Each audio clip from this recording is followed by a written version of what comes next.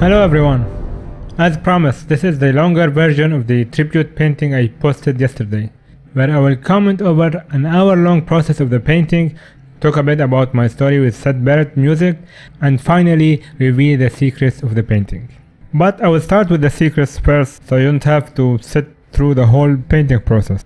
Now I posted this painting on Reddit and Facebook and Instagram, and many people participated in revealing the secrets, and they got all 19 secrets right, except one. One guy actually got the most hidden secret of them all, but the second to last is still not revealed.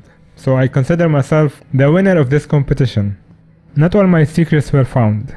So let's start pointing out the Easter eggs in this painting. Starting with this, the most obvious one. The Fender Squier mirrored guitar of Syd Barrett. That wasn't in the original photo. Next we have the albums, the Radio 1 session, the Syd Barrett album bundle, the second album of Syd Barrett, and then the Madcap Laughs, and then Opal. And then we have an empty space for Pink Floyd's first album, the Piper at the Gate of Dawn, which looks like it fell to the ground as a symbol of Syd Barrett's departure from Pink Floyd. Then we have this personal drawing of Syd Barrett. Number 9 is the scarecrow behind the painting, with a little bird on top of its head as a symbol to the lyrics of Scarecrow, one of the songs in the first Pink Floyd album. That's why it was behind the album itself. Then of course we have the Apples and Oranges, another Pink Floyd song written by him. On the other side we have the gnome, just laying down drinking, also from the lyrics. And on the right we have the octopus, another title of Syd's song, and the shape of the octopus is also from the cover drawing of the song. Number 13 is the train set from See Emily Plays, another song in the Pink Floyd album with the name Emily on the back carriage.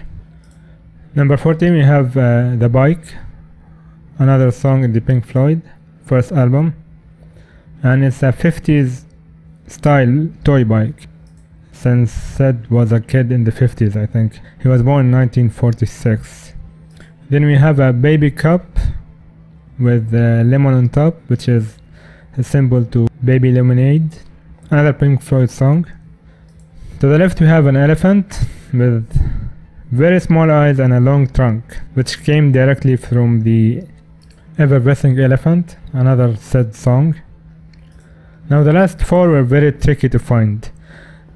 Now this is the one that no one found, which is behind him to the right, a piece of Domino's brick, which of course comes from the song Dominoes, the first song I ever heard for Syd Barrett, and with the numbers 2 and 4, which means 24, which was his age when he released the album with the song in it in 1970.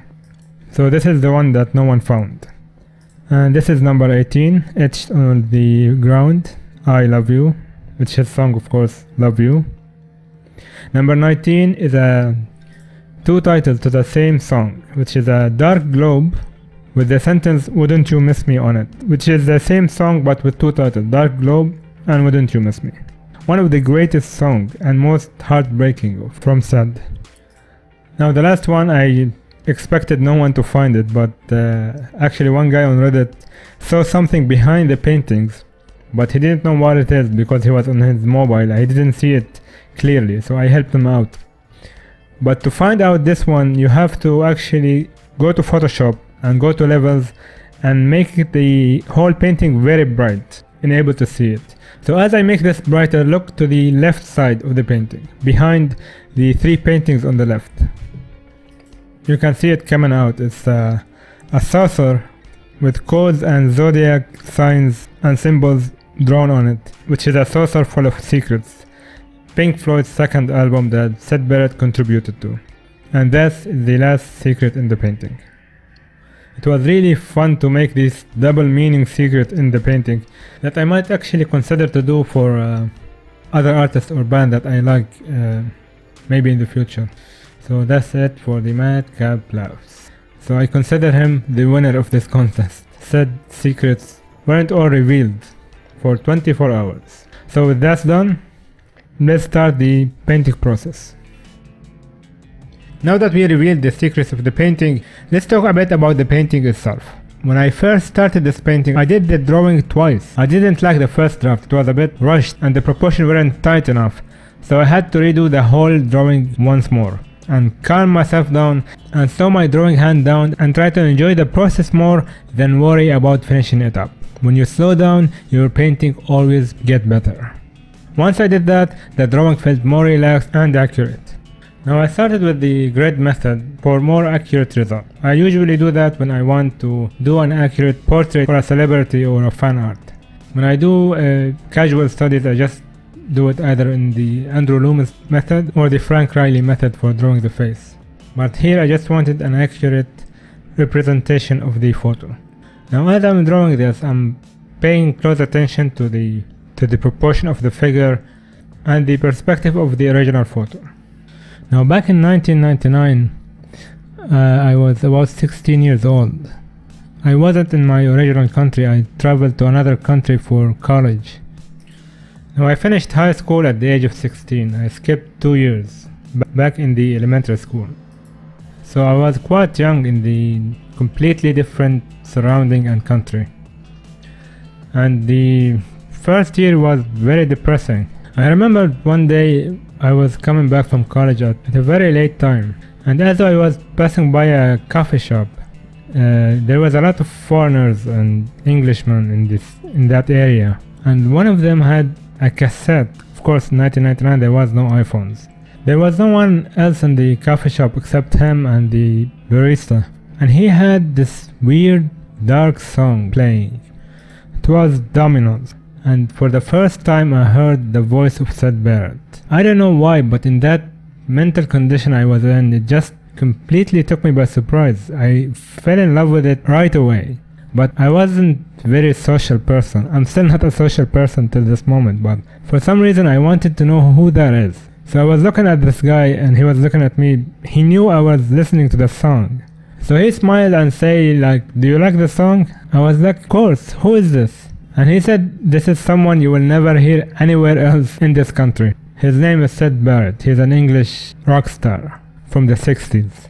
So we talked a bit about the music and the weird song that was playing. And I asked him, is there a place I can, buy the album or the cassette? Because of course on the internet there was also no YouTube in 1999.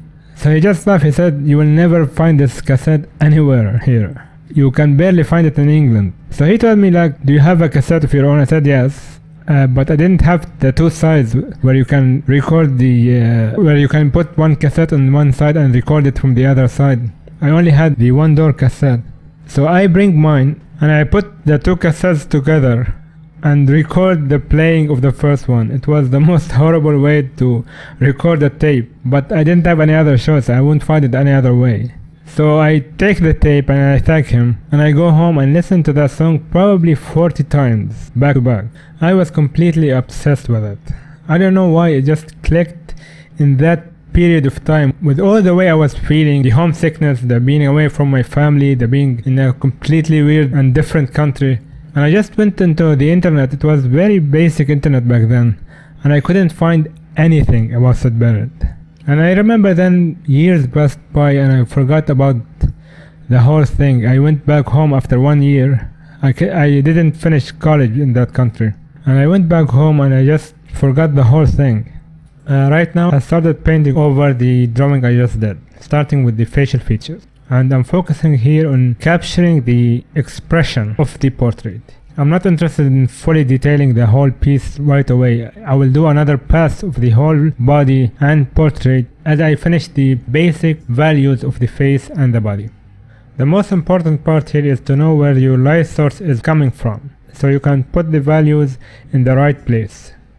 Again, don't worry about going into full details right away. Dissect your painting into smaller and smaller parts so you can work in passes, from larger forms to smaller forms. Now when I reach the iconic hair of Syd Barrett, it's very chaotic. It's going in every single direction, on his face and outside. So it's hard to draw the whole hair in details from one pass. So I'm gonna just try to focus on the parts where it's interacting with the face and move on to the other side of the body. I can't think of other person with harder hair to draw other than probably Jim Morrison, which I probably gonna draw one day. He's another poet that I'm a really fan of. I'm very fond of songs that have great lyrics. That's why it's funny to me that some of Syd Barrett's fans call Jim Morrison the American Syd Barrett, and some of Jim Morrison fans call Syd Barrett the British Jim Morrison. It's really funny that they are so similar in the poetic way. Their lyrics are so complicated, are so more into the poetry than the casual pop or rock lyrics. Not to mention the similarities in their looks and hair, and even to a certain point their eccentric personalities, but it's mostly the hair, I think. Now I'm adding some values on his chest. There is of course a bar from the windows casting shadows on his chest, so the values here will be varied in the dark and light areas. Now of course even the light is not similar from his left to his right. The light is coming from the right side and is decaying along his body to the left side. So his left shoulder won't be as lit as the right shoulder. Now a few years passed since I was in that country, and it wasn't until 2006 I was browsing the internet and I saw a tribute concert for Syd Barrett. And the name just hit me like a truck. I always thought he was a young person, you know, I didn't realize he was from the 60s. And as I saw the news, I realized he passed away in 2006. And the news just brought back all the memories of that tape. And for 2 weeks, I fell into a black hole of just searching every single thing I can about Syd Barrett. This time, of course, I found a lot of things because the internet and Google and YouTube just started, and I started seeing all his music and all his albums, and I think at that point I realized the existence of Pink Floyd. I know that will piss off every Pink Floyd fan that I was so late in discovering them, but it was through his tribute concert that I got to know David Gilmour and Roger and the whole Pink Floyd amazing wealth of music and songs and albums. I started listening to all of them in weeks and weeks of personal tribute to Syd Barrett. And I think I started to obsess about him personally, and I started to grow my hair the same way. Just was a weird flashback to my 16 years old memories. And I saw this picture I'm drawing right now, and all I wanted is to draw it exactly the same. But in 2006 I wasn't an actual artist yet. I didn't even start drawing till 2009.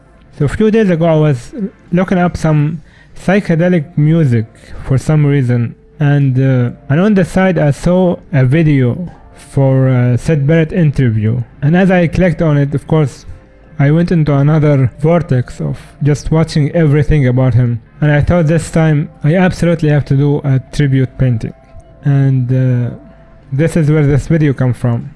And the weird thing is I was just trying to draw it plainly, just like the photo, but for some reason I really felt like I have to make it special, like secretive and mysterious, just like him. And that's where the Easter eggs and secrets came from. And I found it really interesting that to make his tribute painting different than any other painting I did. So I started it like a week ago, and I painted over 8 hours a day for 4 days until I was completely done.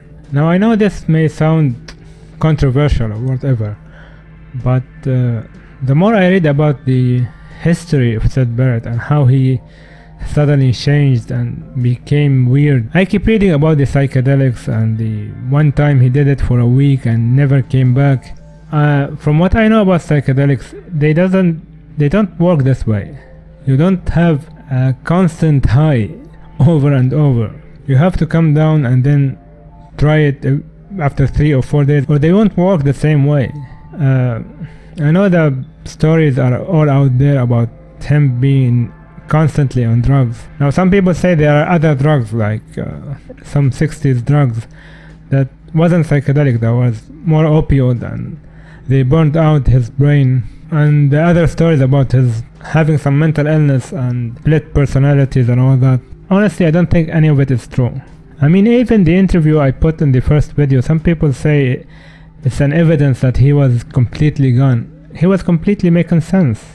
He was talking about criticism and art and painting and how he feel about all their memories and how they changed the way he paints. I don't know if it's my personality of being antisocial or eccentric, or I don't know.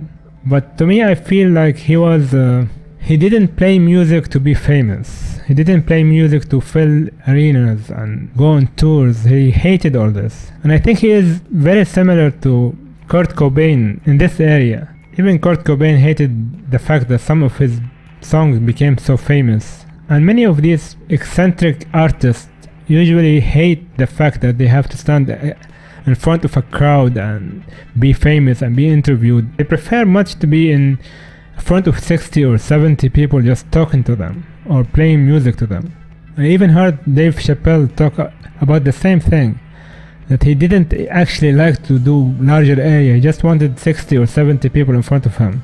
And I think I heard the same thing about Syd. He liked to do the underground clubs and gathering areas where he played his first album, I think. He didn't like to be constantly on tour. And I think that's why he just refused to play anymore. He just didn't like the attention. He didn't like the managers, and you have to do an album now and you have to write 12, 13, 14 songs and you have to play them over and over on TV and on different countries. He just wanted to just play guitar and play around. He always considered himself to be a painter first, an artist first, and a musician second. So he didn't want anything to take him from his art, from his painting, and he considered music to be a distraction from art, so he doesn't get bored and he can go back from playing music to do more art and do more art to play more music and so on. So I don't think he was crazy or completely out of his mind, or I don't know. I remember when I did my first exhibition, there were some TV reporters and I did a couple of interviews. I got called to do a TV show where they gather poets and artists and they just do like a gathering of art and we talk about paintings and so on. And for some reason I refused to appear in that program. I didn't like the attention at all, even though I was actually offered a good sum of money, and along with that came offers to teach in schools or in colleges, and I just didn't want any of that. Even in the exhibition I didn't show myself for the exhibition. I stood behind the crowd wearing a mask and a hoodie. I just wanted to listen to people talking about my paintings. I didn't want to participate or take photos or any of that. I just want to see the effect of my painting on other people. And when the fame came with it, and doing TV shows and participate in seminars and colleges and all that, because art is a very rare thing in where I live, at some point I just closed my phone completely and I didn't answer anyone. And even since college I started to go out less and less. Even my own friends, I started with 50 friends in college and they went into 40 and then 30, and so the more I stop answering and the calls get less and less. Even now, like with just a couple of friends, every 10 times I go out just once, because I want to be home painting. I want to make more art. I want to make more videos. But when you are so famous on a level of Syd Barrett and just completely walk away from fame, for some reason always people think you are crazy. And he's not the first one or the last one who actually walked away from fame. There are famous Hollywood actors who just walked away from acting, and people always think they were crazy. But I don't think it was a disease or drug-inflicted mental issues. It was just personal decision. He just couldn't be this rock star. He didn't want to be a rock star, which wasn't actually fair to his bandmate. And I can totally understand why they were pissed at him, because they wanted to be rock stars. And of course he was the songwriter and frontman. That brings me to the incident when he made the song Have You Got It Yet, which is a very funny way to tell them that this isn't what he wanted. He wanted completely something else. I don't know, this is just my opinion, of course. Other people will think that he was completely insane, or he was on drugs for 30 days, or people kept putting things in his drinks, which doesn't make any sense. Psychedelic drugs aren't like opioid, it's not the same addiction. You don't overdose on psychedelics. And another thing is, I saw his painting exhibition that his sister made. Some of his drawing and paintings are very realistic. They are portraits and figure drawings. For someone who is, as they said, completely burnt out or schizophrenic or incoherent, his drawings are very realistic. Drawing like this doesn't work with a mental patient. You have to have a large amount of memory to save the data you are getting from the reference point, or from memory, or from a photo in front of you, then to save it in your mind and then draw it. And you can't do that if your mind is completely burnt or your memory is affected, because you can't hold into information long enough to draw it.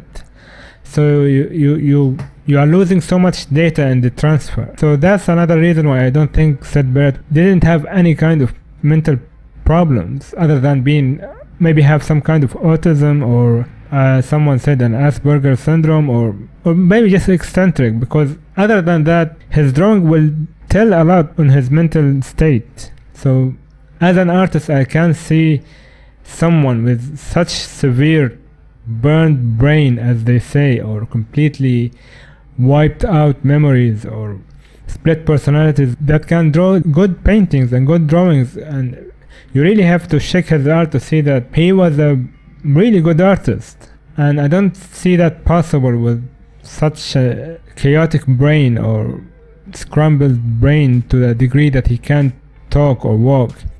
Because I found out another session he made in 1970 called the Peel session for the BBC, and you see him do 5 songs completely normal, completely functioning, and then another concert with a band called Boogie Band in 1972, playing amazingly again.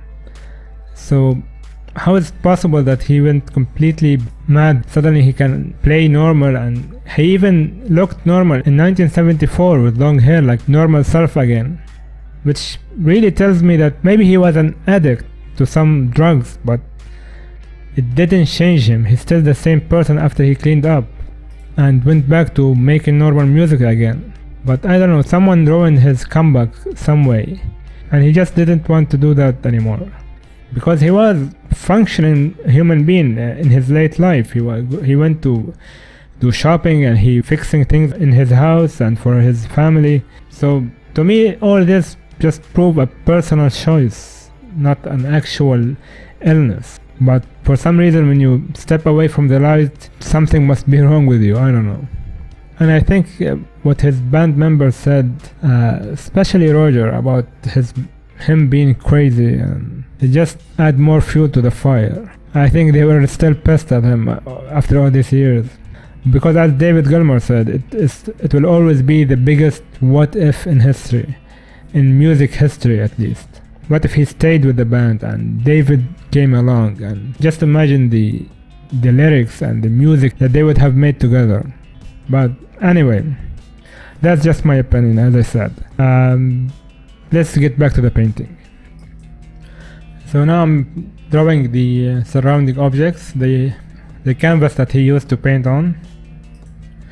It was really weird drawing these little details that I completely didn't notice when I looked at the photo before. I saw here the famous striped floor, orange and violet floor that we see in his Madcap album cover. But not only that, the bag over there is the Rowney brand for paint I actually used for oil painting. I didn't know that they existed in the 60s. The Dale and Rowney, I think the brand called. So it was really interesting seeing that I used the same brand that Syd Barrett used for his painting. And as I was painting this, I'm seeing just a glimpse of his life, his buckets of paint, and this one tube of paint half used on top of it, and a little brush on the right. I was really smiling as I was painting this part. It was really fun to do, to see part of his life as an artist with all the canvas and paint around, even the bags that the paint came in still laying around.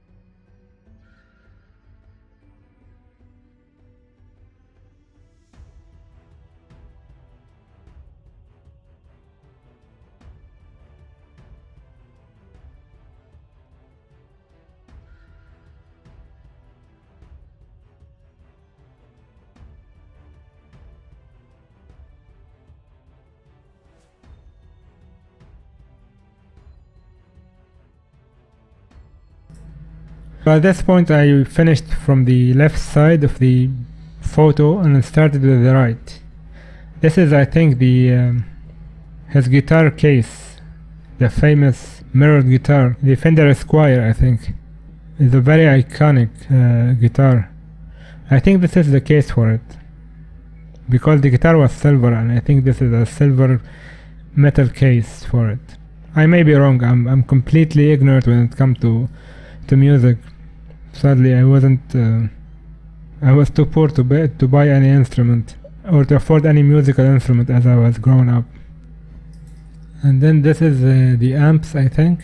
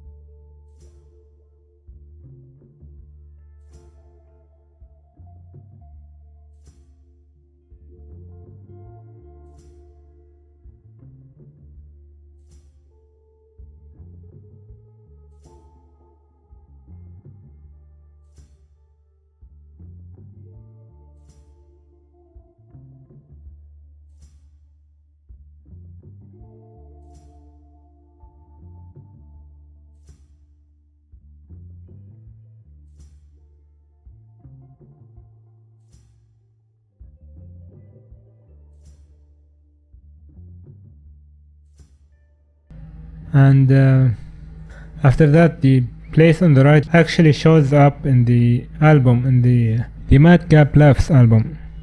This is the heater, and the same chair is still there. I think he did the same. I think he did this photo for the album. I think for the inside of the album cover, he did a couple of photo shoots.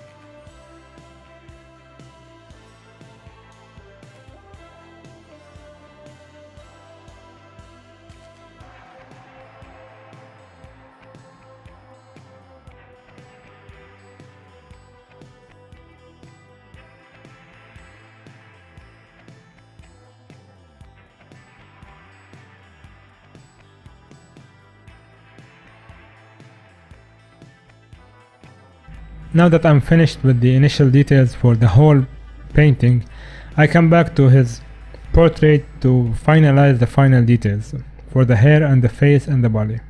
This is where I get as close as possible to the original photo so that the painting can look exactly like him. So I slow down and paint very patiently. To put it in perspective, I spent around 15 hours for the first part and 15 hours just for refining the final portrait and the figure.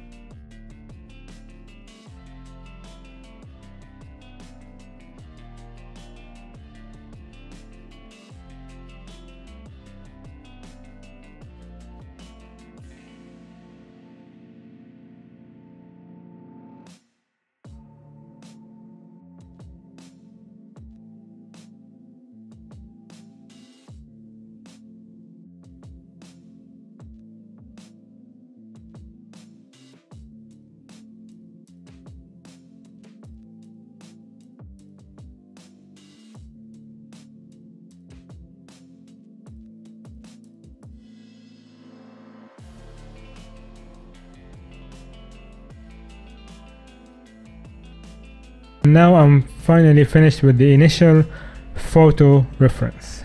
And now we start adding the secrets or the Easter eggs. Starting of course with the most obvious one is his guitar. I thought it would be nice to actually get the guitar out of the case and put it on the chair. First I thought I should maybe put it underneath his hands like he's playing it, but his pose is very solemn, very almost religious. I just didn't want to change his hand while his face is completely different, and then I would have to change his posture and face. So I thought I would just put it on his left, laying on the chair. It will give a nice balance to the image. Now I have to apologize to any guitar player out there. I probably messed up the layout of the neck of the guitar. I think I added an extra section. I'm completely, as I said, I'm completely ignorant when it comes to guitars. So I apologize if any guitar player is watching this. It's a horrible drawing of a guitar, but I just tried to make it as close as possible to his original guitar.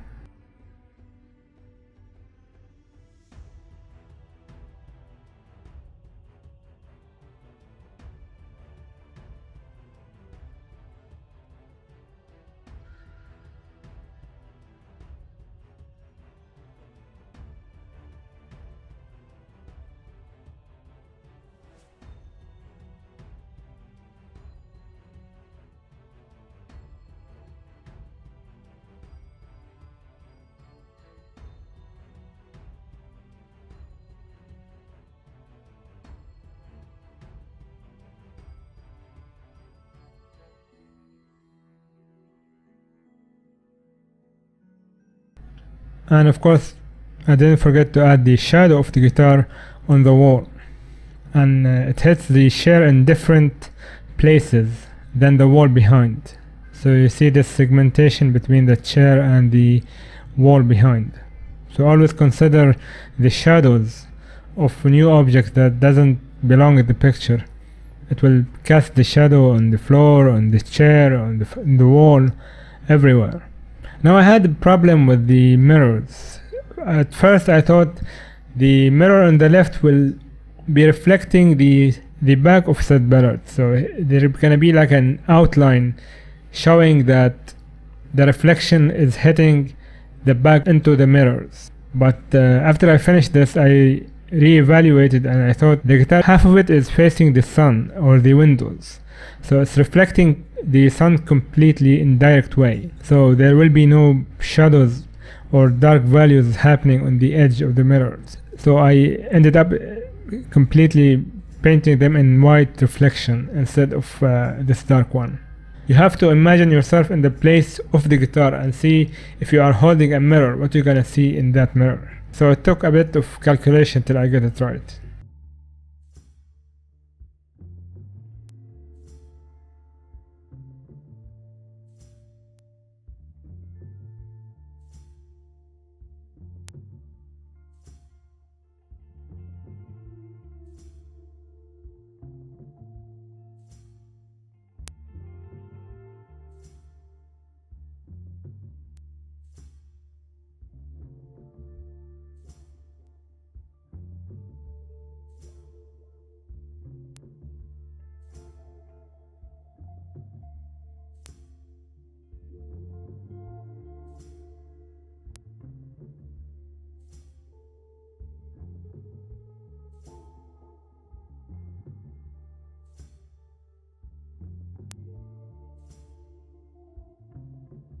Next I start with his albums on the wall. As you can see, I came back to the guitar and changed the values of the mirrors, calculating the reflection angle and all that.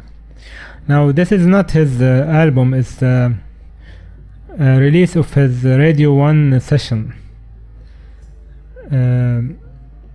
with his face on the cover, so I have to draw Syd Barrett all over again, but this time in 2 values. Since this album is in the shadows already, there won't be different values, so it's mainly 2 or 3 values.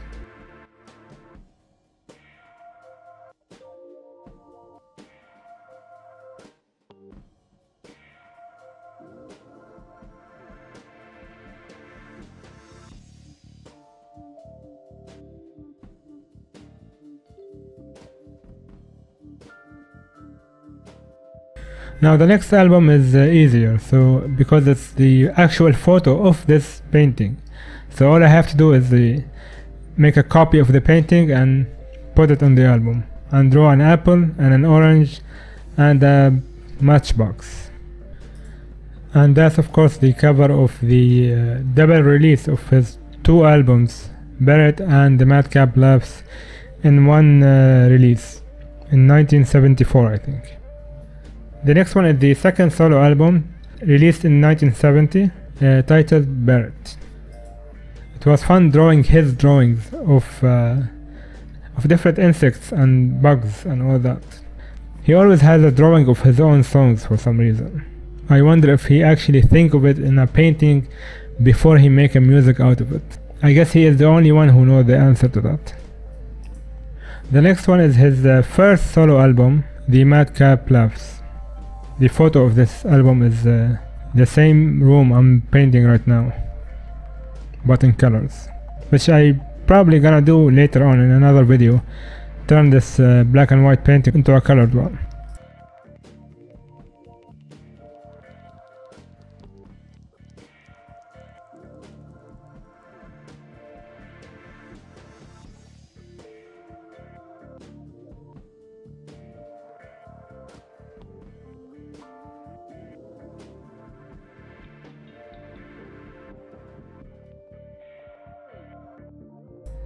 The last one on the wall is the Opal album. It's not an album, it's more like recordings of different sessions he made in the 60s and 70s, collected together in one release in 1988. I think David Gilmour helped with producing this one.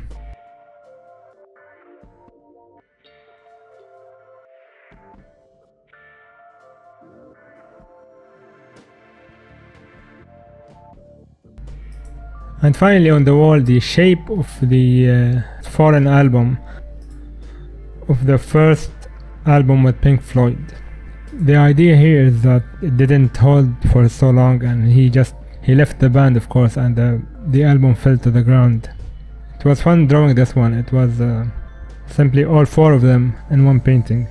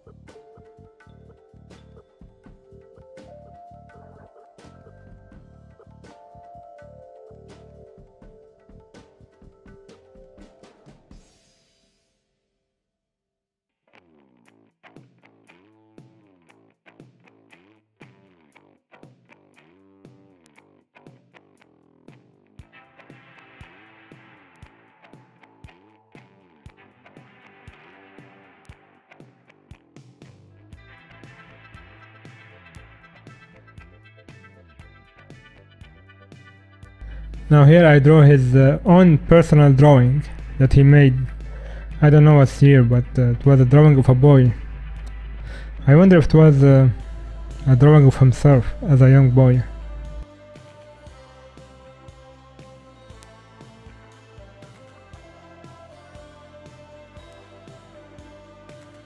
The next Easter egg is the scarecrow with a little bird on top of him. That's actually from the lyrics of the song itself. The black and green scarecrow, as everyone knows, stood with a bird on his hat and straw everywhere. He didn't care. The one after that is of course the Apple and Oranges, one of his Pink Floyd songs. and the arrangement of the apples and oranges are of course the same as his drawing for the song itself. 2 apples and 2 oranges.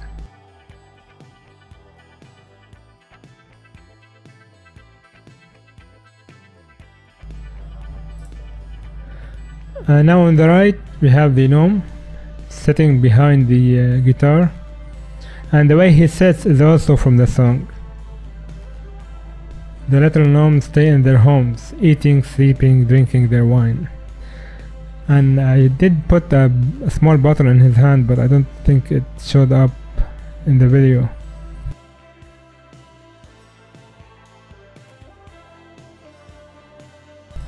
To the right of that we have the octopus, another Syd Barrett song.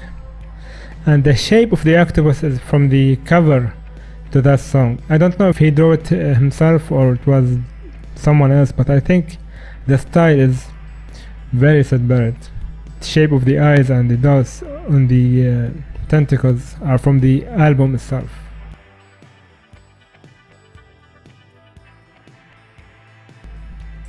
On the chair we have the train set. That's of course from See Emily Play, another Pink Floyd song. And we have the name Emily on the last part of the train. Even the shape of the carriage comes from his own drawing for this song.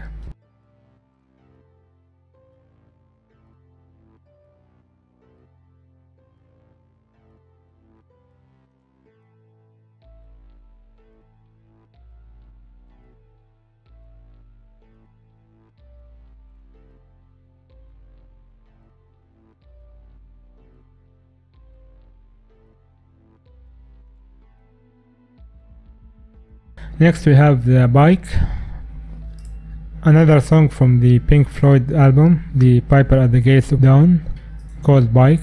It's a children bike from the 50s, the same style they used in the 50s, so I made sure that it reflects his own childhood, since he was a kid of the 50s. Next to that we have Lemonade, and it's a lemonade in a baby cup, so it's Baby Lemonade, another song from his album Barrett. And then we have this funny elephant from his song Effervescing Elephant from his solo album. And if you can see, he have very tiny eyes and a great big trunk, again from the lyrics. Now here I etched a little bit of I Love You. It's another great song from his personal album called Love You. And this was one of the trickiest secrets which has double meaning. It's the words Wouldn't You Miss Me, which is a great song from his solo album. But it's also written on a dark globe, which is another title for the same song. It's called either Dark Globe or Wouldn't You Miss Me. So I put the two together. It's really an amazing song. His voice is so anguished and angry and in pain. You really need to listen to this one. And this is another sneaky secret. It's the reason why I knew about Syd Barrett. It's a dominoes brick, and the numbers on it is 24, which was his age at when he released the song Dominoes, which is crazy to think about. He quit music in 1974, so he was 28 years old. To think he did all that in few years. So just like many musicians who, well, he didn't die, thankfully. He musically disappeared at the age of 28, just like most musicians died at the age of 27. His last album he was 24 years old, which is really young. Anyway, this is the final secret. Of course, it was really hard to find out because it's almost hidden in the darkness behind the paintings. But this is how I usually do the hidden signature in my paintings, so I can still protect my name on the paintings as I put it online. because most of my painting got stolen, and my signature is the first thing it gets deleted from the painting. So I keep this secret hidden signature all over the paintings. Even in this painting I have my signature in 6 or 7 different places, because sometimes people tell me that they saw my painting elsewhere in another artist's Instagram, and so I say just put that on Photoshop and see that it's my signature everywhere. Some of my work even being sold online as a fan art without me knowing. So I keep these secret hidden signatures in them. But in this situation I made a saucer with secret codes on it, as of course a symbol of a saucer full of secrets, as the Pink Floyd's second album that Syd Barrett contributed to, and of course it's hidden. The hint for this secret was in the title itself, which I called it the painting full of secrets. But yeah, these are all secrets in it, and this is the final painting of Syd Barrett. I really hope that I finally paid my dues to this amazing genius, whether he was crazy as people says, or completely misunderstood, or just completely normal and eccentric. The only person who knows the story of this guy is sadly not with us anymore. Anyway, I hope you enjoyed this painting, and next video we'll go back to tutorials, and I'm working on a very interesting one. I hope I can finish it in time next week. But as for now, thank you for watching. Thank you Syd Barrett for all the great memories and songs, and for the creation of Pink Floyd and all the great music that came from it. And thank you for watching, and I will see you in the next video.